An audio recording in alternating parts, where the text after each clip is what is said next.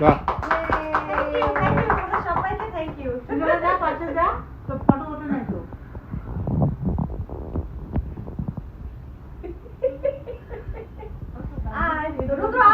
cake খাওয়াই